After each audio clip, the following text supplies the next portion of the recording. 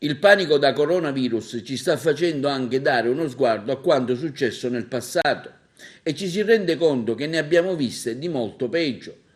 Le principali pandemie che il mondo ha conosciuto nel XX secolo. Nel 1918 la prima fu quella conosciuta, la cosiddetta influenza spagnola, ovvero H1N1. Si stima che addirittura un terzo della popolazione ne fu colpita. Si parla di 50 milioni di decessi ed era un virus simile a quello dell'influenza aviaria, originatosi da un ospite rimasto sconosciuto.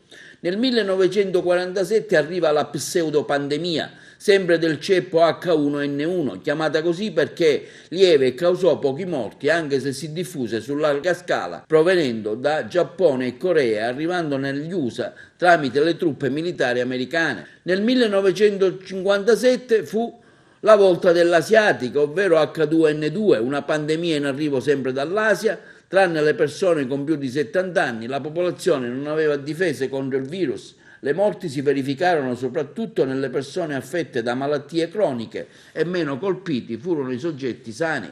Quindi nel 1978 l'influenza arriva da Hong Kong, ancora una volta dall'Asia, ma poi arrivò in America e in Europa, anche se quest'ultima rimase contenuta per quanto riguarda il tasso di mortalità. Non certo poco però per l'Italia, con polmonite e influenza associate a questa pandemia che portarono a circa 20.000 morti. Vediamo un servizio storico dell'epoca. E adesso una domanda. Che cosa ci ha portato il Natale? Le solite cose, festoni colorati, pioggia e influenza. Una vera epidemia. 13 milioni di italiani a letto, un italiano su 4, e 5.000 sono passati a miglior vita. Le strade, le fabbriche, gli uffici, i mercati si sono mezzi vuotati. A riempirsi sono stati gli ospedali, doppi letti dunque, anche se le cliniche sono sempre le stesse. Quando Mao starnuta, dice un proverbio inglese coniato da poco, il mondo si ammala. Infatti l'epidemia di quest'inverno è nata a Hong Kong nel luglio del 68, un anno e mezzo fa. Ha impiegato 18 mesi per arrivare in Italia, ma in compenso ci ha colti del tutto impreparati.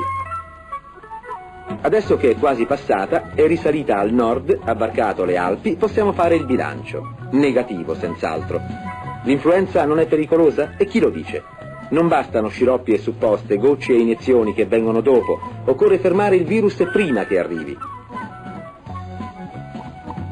Ma come? Col vaccino che c'è, in qualche paese fuori d'Italia è stato distribuito, tenuto conto che il ceppo dell'influenza è quasi sempre lo stesso. Prevenire, insomma, non soltanto reprimere. Senza contare il pericolo di ricadute.